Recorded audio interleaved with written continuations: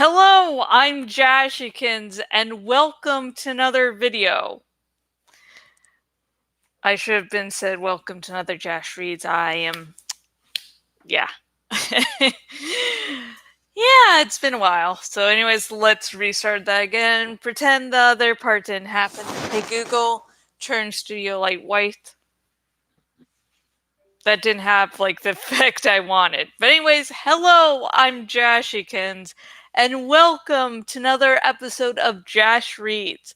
Tonight we will continue reading Eragon by Christopher Paolini, the first book in the Inheritance cycle. Originally supposed to be 3 books, but then 4. But yeah, this week, last week, the week before, everything has been really hectic. So, finding time to film can really be a struggle. So, I've had to put off filming either because, well, life had just gotten that hectic. Maybe catching up on some writing. I had on Monday, I wasn't able to film my Animorphs video because guess what? I ate this delicious sub. I think it was like a Philly cheesesteak. And I guess I was allergic to something on it because, I got this weird taste in my mouth. My throat started to close up and there was tingling in my legs. So, yeah, everything ended up being fine. I took a nap and then it was too late to film and I was still feeling sort of sick. And there was nearly chaos today of not being able to film because, I don't know what's going on. I must have angered some spirit or some shit because, yeah. Let me make sure I closed. Okay, that door is closed. The door to the room. That's sort of a sign to my husband that, there's filming in here. And, yeah. So he doesn't accidentally walk in. It was fine accidentally walking in when, you couldn't see anything. So, yeah. But anyways, let's continue and leave the ranting about my life to another day or never. Okay, let's start this lovely, happy chapter called The Doom of Innocence. When Eragon opened his eyes in the morning, he thought the sky had fallen. An unbroken plane of blue stretched over his head and slanted to the ground. Still half asleep, he reached out tentatively and felt a thin membrane under his fingers. It took him a long minute to realize what he was staring at. He bent his neck slightly and glared at the scaly haunch his head rested on. Slowly, he pushed his legs out from his fetal curl, scabs cracking. The pain had subsided some from yesterday, but he shrank from the thought of walking. Burning hunger reminded him of his missed meals. He summoned the energy to move and pounded weakly on Saphira's side. "Hey! Wake up!" he yelled. She stirred and lifted her wing to admit a torrent of sunshine. He squinted as the snow momentarily blinded him. Beside him, Saphira stretched like a cat and yawned, flashing rows of white teeth. When Eragon's eyes adjusted, he examined where they were. Imposing and unfamiliar mountains surrounded them, casting deep shadows on the clearing. Off to one side, he saw a trail cut through the snow and into the forest. where he could hear the muffled gurgling of a creek. Groaning, he stood and swayed, then stiffly hobbled to a tree. He grabbed one of its branches and threw his weight against it. It held, then broke with a loud crack. He ripped off the twigs, bit one end of the branch under his arm, and planted the other firmly in the ground.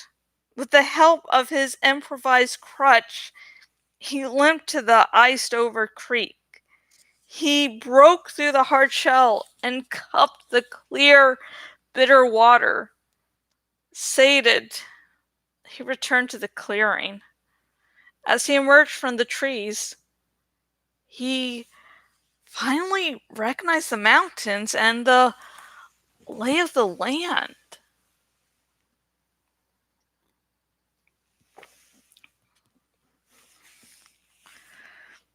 This was where, amid deafening sound, Severus Haig had first appeared. He sagged against a rough trunk. There could be no mistake, for now he saw the great trees that had been stripped of their needles in the explosion. How did Saphira know where this was? She was still in the egg. My memories must have given her enough information to find it. He shook his head in silent astonishment. Saphira was waiting patiently for him. "Will you take me home?" he asked her. She cocked his head. Oh, God. Did I say his head? God damn. Okay, let me start that paragraph again. Like, this has been my first dramatic reading in a while, and I'm just killing it tonight, aren't I? Saphira was waiting patiently for him.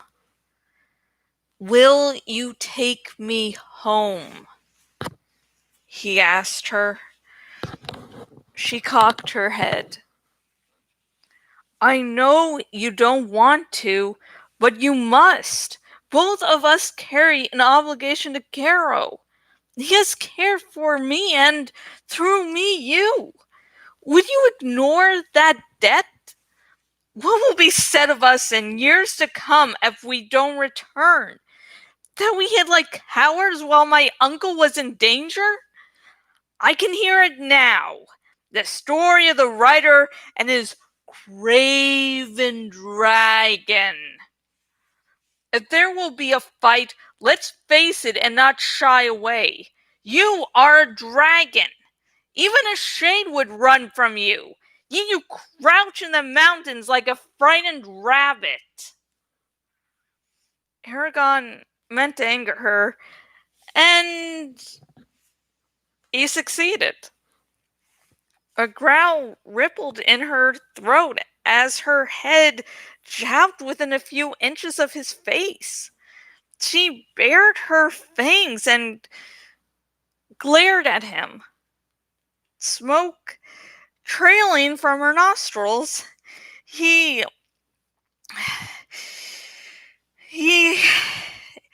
hoped that he had not gone too far. Her thoughts reached him, red with anger. "Blood will meet blood. I will fight. Our words, our fates bind us, but try me not. I will take you because of debt owed, but into foolishness we fly." "Foolishness or not," he said into the air, "there is no choice. We must go." He ripped his shirt in half and stuffed a piece into each side of his pants. Gingerly, he hoisted himself onto Saphira and took a tight hold on her neck. "This time," he told her, "fly lower and faster. Time is of the essence. Don't let go," she cautioned, then surged into the sky. They rose above the forest and leveled out immediately, barely staying above the branches. Eragon's stomach lurched. He was glad it was empty. "Faster! Faster!" he urged. She said nothing, but the beat of her wings increased. He screwed his eyes shut and hunched his shoulders. He had hoped that the extra padding of his shirt would protect him, but every movement sent pangs through his legs. Soon lines of hot blood trickled down his calves. Concern emanated from Saphira. She went even faster now, her wings straining. The land sped past, as if it were being pulled out from under them. Eragon imagined that to someone on the ground, they were just a blur. By early afternoon, Palancard Valley lay before them. Clouds obscured his vision to the south. Carva Hall was to the north. Saphira glided down while Eragon searched for the farm. When he spotted it, fear jolted him. A black plume with orange flames dancing at its base rose from the farm. "Saphira!" he pointed.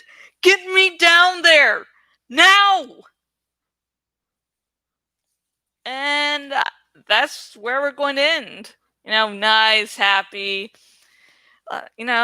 Really great to, read a book where good things happen, where there's no real stakes, so you can relax. But yeah, this isn't that book.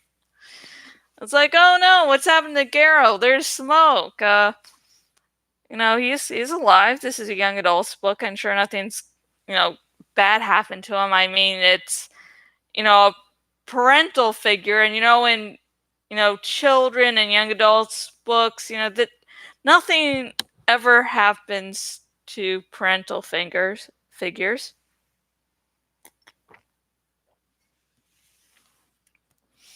Yeah. So when Saphira was in a panic, when she couldn't really think about where to go, she went to where basically her and Eragon first met. So that's sort of sweet, like, oh no, okay, my writer, the first time I was ever with my writer, that's where I go when I'm scared. I think that's cute.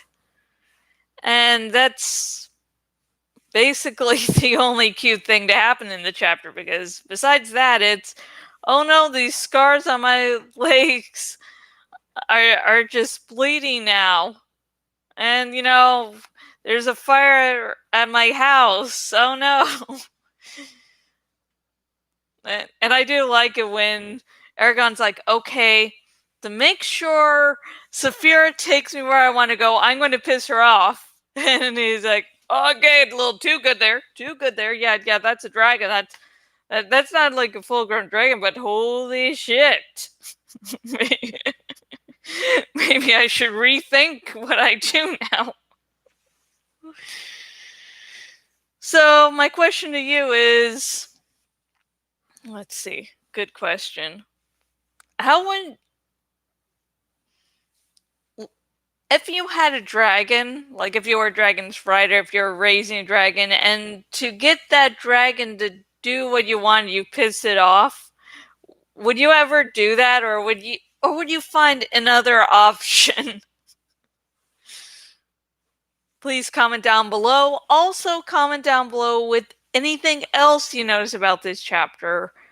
Remember, no major spoilers. I'm sort of hoping that people will discover or rediscover the Eragon series, and there are some, some major twists and turns that you should not know about the first time reading.